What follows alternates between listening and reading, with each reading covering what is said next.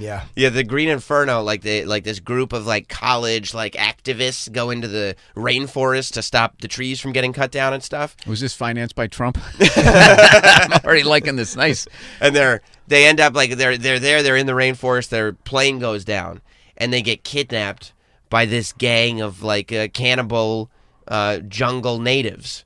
Jesus. And they're just sitting there in like a cage made of bamboo while all these natives are just watching them. And I was panicking watching the movie because you're like, how the f do you get out of this without? Did they getting start with like a pudgy one first to be Yes. like, this is like sliders? They have a couple of appetizers. Yeah.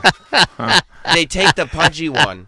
This is why I was panicking. They took the pudgy one that was like the friend that wanted to be the boyfriend, but you knew was never going to. The fat blocker. He was. They grabbed him and they cut off his legs first and his arms, and he knew it was all happening, and then they cut his eyes out. And I was like, "What the fuck? How do you deal with that?" Well, that's a major artery. How does the man not bleed out? Not to take you outside of the movie here. All right, if you want to read something crazy, read Flags of Our Father. They made that into a movie. Read that. Yeah, read it or watch the movie. No, read it. Believe it or not, I'm a kind of more of a movie guy. Read it. Yeah, read it. Yeah. Yes, because if they actually what's in the book they put in a movie, it would get NC 17, 18, and 19. Like you wouldn't be able to put it up there. Really? So you can't cut off like a leg? Huh? Well, they would hang out. Well, the Japanese soldiers were the only ones that had.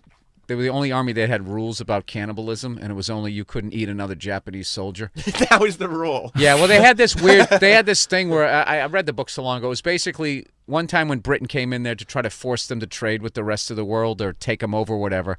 As they came in, some storm came and wiped out that whole fleet.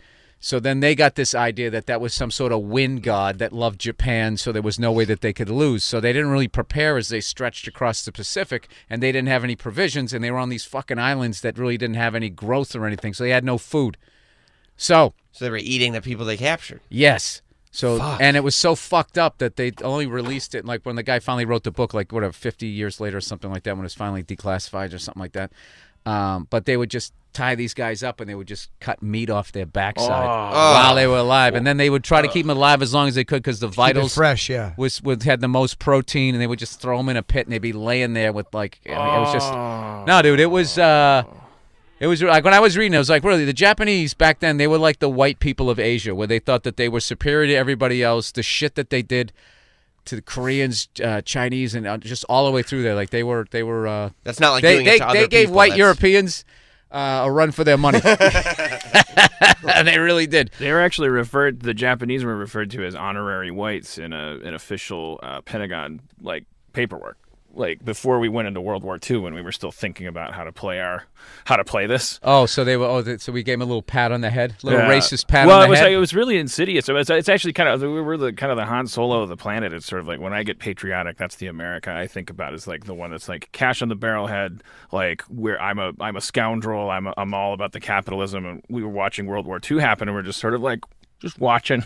It's just like, and then before and we had a cash policy. It was like, who needs bullets? Who needs? Oh, we played it brilliantly. And then but before we went in, there was like a lot of thinking going on about, and there was all these memos and all these things that you can get Freedom of Information Act. I know I'm starting to sound like a kooky guy, but this stuff is verifiable. Like there was like this plan before we went into World War II that lays out the 50-year as the 50 years after World War II. I would think if you're running a nation, you gotta be beyond 10 days. You gotta be like, all right, we're gonna get into this thing because they already saw World War I, and the devastation that was. I mean, and these people Ken Burns' The War is one of the great things I've ever watched. I wish it was longer though.